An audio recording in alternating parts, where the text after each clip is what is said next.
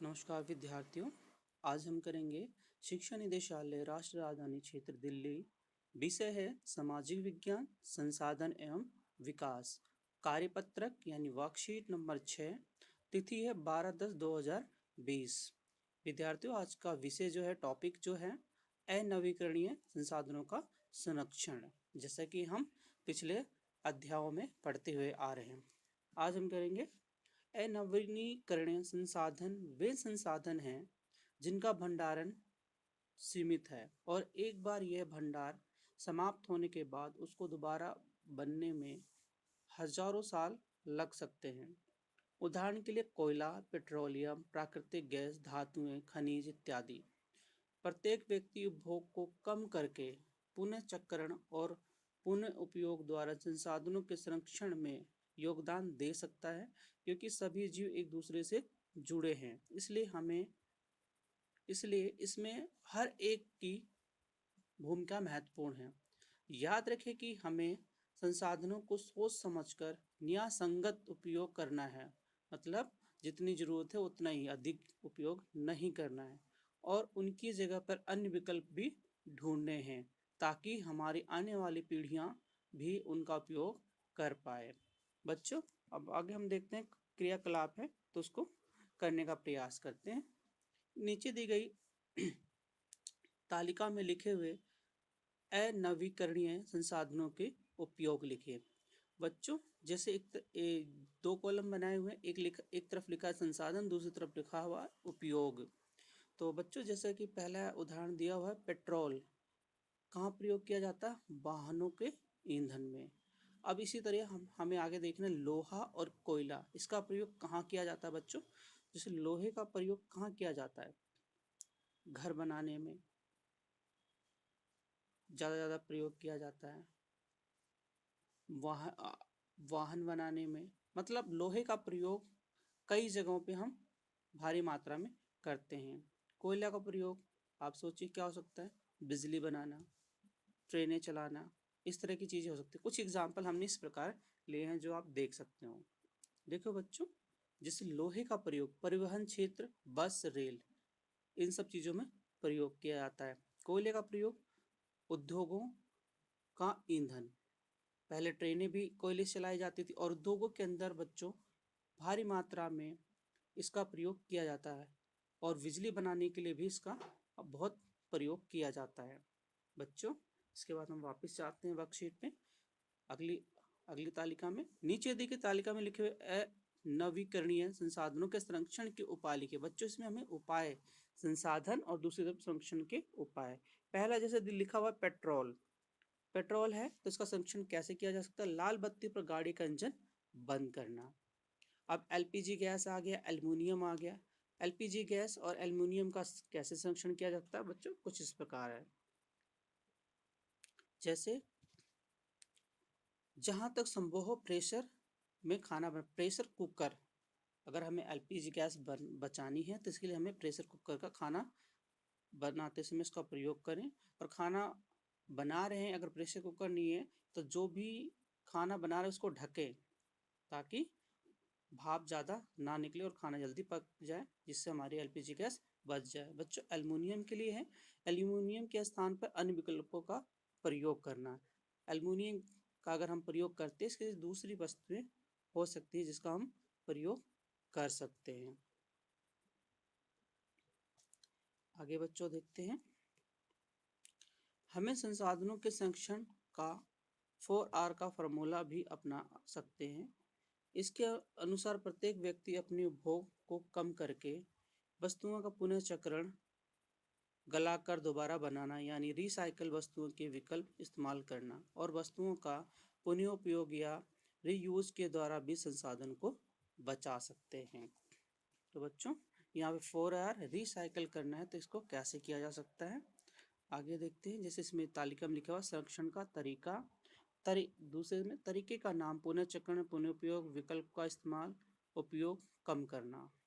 बच्चों, जैसे कि आपने ऊपर देखा भी होगा, एल्युमिनियम की बात करते हैं तो एल्युमिनियम का इस्तेमाल कई चीज़ों में, इलेक्ट्रॉनिक चीज़ों में होता है, इवन दरवाजों, खिड़की, इन सब में प्रयोग होता है। तो इसके जगह हम दूसरा ऑप्शन, अगर हमारे पास कोई धातु कम है या उसका इस्तेमाल हमें इतनी सीमित मात्रा में करना चाहिए ताकि आने वाली पीढ़ियों को भी उसका प्रयोग या उसको देखने को मिल सके, आगे वो भी उसका इस्तेमाल कर सकें। इसके लिए हमें क्या करना है, रिसाइकल। जैसे एल्युमिनियम है, अगर हमारे पास जितना है हम यूज़ करते हैं और जो वस्तुएं काफ़ी यूज़ हो गई और वो ख़राब हो गई तो उनको दोबारा से पिघलाकर वापस एल्युमिनियम बना के इसको दूसरे नए तरीके से प्रयोग किया जा सकता है। चाहे वो बर्तन में हो या खिड़की वगैरह में, खिड़की में दरवाज़ों में प्रयोग करने वाला जो एल्युमिनियम है उसको दोबारा से रिसाइकल करके प्रयोग में लाया जा सकता है। बच्चों, जैसे नीचे लिखा हुआ प्लास्टिक की थैलियों की जगह कपड़े के थैले का इस्तेमाल, बहुत सही। पुराने लोहे को पिघलाकर नया कुछ बनाना, बर्तन के स्थान पर सूखे पत्तों के दोनों का इस्तेमाल करना, बिल्कुल सही। तो बच्चों इधर हम देखते हैं, कुछ हमने एग्जाम्पल लिए हैं इधर। जैसे प्लास्टिक की थैली की जगह कपड़े के थैले का इस्तेमाल, विकल्प का इस्तेमाल, बिल्कुल सही है, क्योंकि हम विकल्प कर रहे हैं, क्योंकि प्लास्टिक जो होती है वो नुकसान करती है। अगर उसको जलाने पे वायु प्रदूषण, ज़मीन में रख देते हैं तो ज़मीन बंजर हो जाती है। तो इस तरह क्या है, इसका विकल्प क्या होगा, कपड़े का थैला का प्रयोग करना। इसके बाद पुराने लोहे को पिघलाकर कुछ नया बनाना, इसको कहते हैं पुनःचक्रण। इसको क्या कहते हैं, पुनःचक्रण। रिसाइकल, जिसको हम प्रयोग, जो लोहा खराब हो गया, जो यूज़ में नहीं है, जिसके सामान पहले बने थे वो टूट टाट गए, तो उनको दोबारा से रिसाइकल करने के लिए पिघलाकर नई चीज़ों को बनाने में इस्तेमाल किया जाए। बर्तन के स्थान पर सूखे पत्तों के दोनों का इस्तेमाल करना। इस इसके लिए क्या है, जो पत्ते होते हैं, अगर जैसे आप लोगों ने देखा होगा कि जो धातु के बर्तन होते हैं गांव वगैरह में, आपने देखा होगा पत्तल वगैरह में इसका इस्तेमाल ज़्यादा किया जाता है, मिट्टी के बर्तनों का प्रयोग ज़्यादा किया जाता है। तो हमें एक विकल्प के रूप में रखना चाहिए और हमें इसका प्रयोग भी उसी हिसाब से करना चाहिए। आगे वर्कशीट पे आते हैं बच्चों। यहाँ पे बच्चों कुछ प्रश्न दिए हुए हैं, जैसे कल्पना करके लिखिए कि अगर आपको अचानक यह पता चला कि अगले सप्ताह पृथ्वी का सारा पेट्रोलियम समाप्त होने वाला है तो क्या होगा और आप क्या व्यवस्था करेंगे। तो इसके संबंध में बच्चों कुछ हमने उदाहरण लिए हैं जो इस प्रकार है। परिवहन विनिर्माण बंद हो जाएंगे, अर्थव्यवस्था बर्बाद हो जाएगी, बेरोजगारी बड़े स्तर पर बढ़ जाएगी। हमें निम्न प्रकार से व्यवस्था करेंगे, पेट्रोलियम के स्थान पर अन्य विकल्पों को तलाशेंगे और उनका उपयोग करके, जैसे पेट्रोल के स्थान पे क्या करेंगे बच्चों, सीएनजी का इस्तेमाल करेंगे, जो कि कम, पेट्रोल और डीजल की जगह अगर हम सीएनजी इस्तेमाल करते हैं तो ये कम प्रदूषण फैलाती है। पेट्रोलियम का प्रयोग विवेकपूर्ण ढंग से नियोजन के साथ करना चाहिए। इसके बाद बच्चों अगले प्रश्न पे आते हैं हम। आपके घर में धातुओं से बनी कौन कौन सी चीज़ें इस्तेमाल होती हैं, यदि पृथ्वी से सारी धातुएं समाप्त हो जाएं तो क्या होगा। तो बच्चों इसके संबंध में कुछ इस तरह आंसर लिख सकते हैं हम। धातु से बनी घर में इस्तेमाल होने वाली चीज़ों जैसे अलमारी, संदूक, रेलिंग, गेट और अन्य आदि क्या होगा, यदि आदि इनका क्या है प्रयोग हम नहीं कर पाएंगे अगर यहाँ से धातुएं ये खत्म हो जाएंगी। यदि पृथ्वी से सारी धातुएं समाप्त हो जाएंगी तो क्या होगा, परिवहन, विनिर्माण उद्योग बंद हो जाएंगे, अर्थव्यवस्था बर्बाद हो जाएगी, बेरोजगारी बड़े स्तर पर बढ़ जाएगी। क्यों, क्योंकि बड़े पैमाने पर धातुओं का प्रयोग उद्योग धंधों, परिवहन आदि में किया जाता है। बच्चों फिर प्रश्न पे देखते हैं हम। यद्यपि हमारे पास नवीकरणीय संसाधन भी हैं तो फिर अनवीकरणीय संसाधनों के संरक्षण की आवश्यकता क्यों है, सोच कर लिखिए।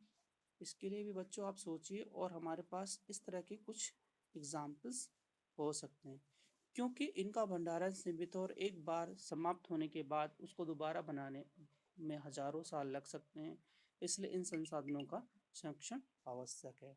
तो बच्चों चाहे पेट्रोलियम, कोयला, प्राकृतिक गैस या नवीकरण संसाधनों की बात करते हैं कि जिसके अंदर जल है, वो भी एक समय के बाद समाप्त हो सकता है। वायु है, अगर हम प्रदूषण ऐसे फैलाते रहे तो एकदम एक टाइम में आने के बाद वो बहुत ज़्यादा जहरीली हो जाएगी। तो क्या है कि हमें इस चीज़ का बिल्कुल ध्यान रखना पड़ेगा। बच्चों लास्ट में आपके लिए दिया हुआ है कोविड के संदर्भ में उचित व्यवहार संबंधित संदेश। कोविड-19 के विरुद्ध लड़ाई में सुरक्षित रहने के लिए मास्क पहने, सभी बच्चों इस चीज़ का ध्यान दें कि हम अगर घर से बाहर जा रहे हैं या कहीं भी जा रहे हैं तो हमें मास्क का प्रयोग करना, सैनिटाइज का प्रयोग करना, हाथ धोना है, इस चीज़ पे हमें ज़रूर ध्यान रखना। तो बच्चों ये आज की वर्कशीट पे कुछ चर्चा थी हमारी। और बच्चों इससे संबंधित कुछ मैं महत्वपूर्ण बिंदुओं पे आपको मैं लिखित रूप में आपको शेयर करूँगा, उसको ज़रूर देखिएगा।